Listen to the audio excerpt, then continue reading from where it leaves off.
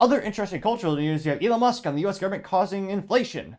This come to us, of course, thanks to Elon on X. He's actually retweeting something by Rand Paul. Now, Rand Paul, let's quote, wise words on the cause of inflation by Milton Friedman, which, yeah, one of the wisest men, one of the OGs, as you might say, in economics. Inflation is made in Washington because only Washington can create money. And any other attribution to other groups of inflation is wrong. Consumers don't produce it. Producers don't produce it. The trade unions don't produce it. Foreign sheiks don't produce it. Oil imports don't produce it. What produces it is too much government spending and too much government creation of money and nothing else. Yep, and they will never stop spending. They're like addicts. And Elon responded saying 100%, and this got 46.3 million views and 248,000 likes, which kind of depressing. But let's look at the U.S. debt calculator to see what we're up to. Is it at 36 trillion debt? U.S. debt calculator or clock? Yeah, it's a clock. I keep forgetting. USDebtClock.org. Jesus. And this is also because of the opportunities of Republicans and Democrats. And this is the U.S. debt clock or national debt.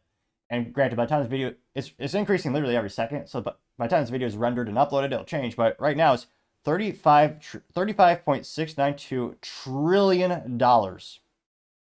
Which, yeah, if you look at the U.S. federal debt to GDP ratio, in 1960 is 52.31%. In 1980, it was 34.68%. In 2000, it was 55.86%. Now it's 142.32%. We now spend more on the interest of our loans than the defense budget. That's insane.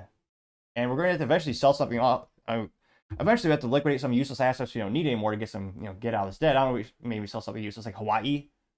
I'm only partially kidding. But yeah, it's not sustainable and quite concerning.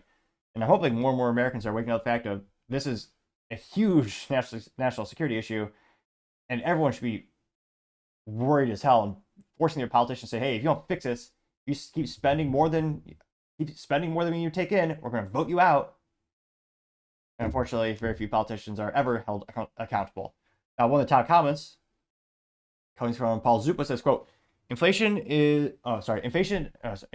again, click that subscribe button. It may help my speaking ineptitudes. I remember when I first started the show, barely any subscribers, and my speaking skills were terrible. Believe it or not, I spoke even faster. And truth be told, I stumbled over my words so much, I probably stumbled over them more than buying walking upstairs. But as slowly but surely I gain more subscribers, I've been able to speak more and more articulately. Granted, some might argue it's just a modicum of improvement, but an improvement nevertheless. So if you can click that button, I'd really appreciate it, and it will make the show better, probably. Now you also have, again, Paul Zupa saying, quote, inflation, not a difficult concept to grasp. It's rather simple to address correctly. Our leaders just lack the will. Yep, 116 likes, true. Which, yeah, one of the best Warren Buffett comments. Someone talked to Warren Buffett about inflation. He goes, yeah, you can fix it in, 1 day. They go, how? He goes, well, simple. If you spend a deficit and you're the public official, you're no longer eligible for re-election. Which, yeah, that would fix it like that. They'd find stuff to cut, and they would make it happen. You also have Gunther Eagleman saying, quote, inflation is a result of government spending, getting 545 likes. Let's see here. Dave says inflation was lower under Trump. He cares more about people than Harris, getting 234 likes. Let's see. Don Wick says, protect consumers from the government. It's a quote by Milton Friedman saying, quote, many people want the government to protect the consumer. A much more urgent problem is to protect the consumer from the government. Unquote. Which, yep, can't help but think that's more and more realistic these days, getting 248 likes. We also have, what was this individual? Trump Army saying so true. It's a picture of Trump saying hated for exposing the truth. And a picture of Elon saying hated for letting the truth be told, getting 1.1 thousand likes. You have Christopher Simpson saying Kamalanomics, and it's a picture of Kamala just printing money. Well, let's see what it says. I like big boys. Oh, terrible music. But yeah, it shows, what is this? Prices up 20% under Kamala Harris. Real weekly average wages down 3.9%. Groceries up 22%. Rent up 22%. Gasoline up 51%. Electricity up 32%.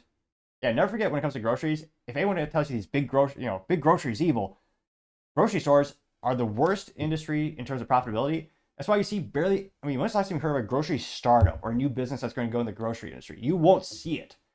The average industry average is 2% profit for grocery stores. It's terrible. Albertsons is one of the largest, which is they own many brands. Last quarter is about 1.68%. That's terrible profit margins. Just one slip up, you're screwed. It is, I mean, in terms of value for the consumer, it's a great value for the consumer. People don't realize, especially relative to the world, how affordable groceries have been historically speaking in the U.S. But yeah, if anyone says they have big groceries, they're ripping you off. The prices are up this much. The prices and the revenue up, but their profit is the same, and in some cases lower. That's why you have so many desperate companies like Target and Walmart pushing things that aren't food, like you have electronics, t-shirts, makeup, rings, and all that crap, because that's more profitable than groceries. So they're hoping you buy the more profitable things. Even then, at the end of the day, Walmart's overall profit is still less than 3%. It's razor thin margins.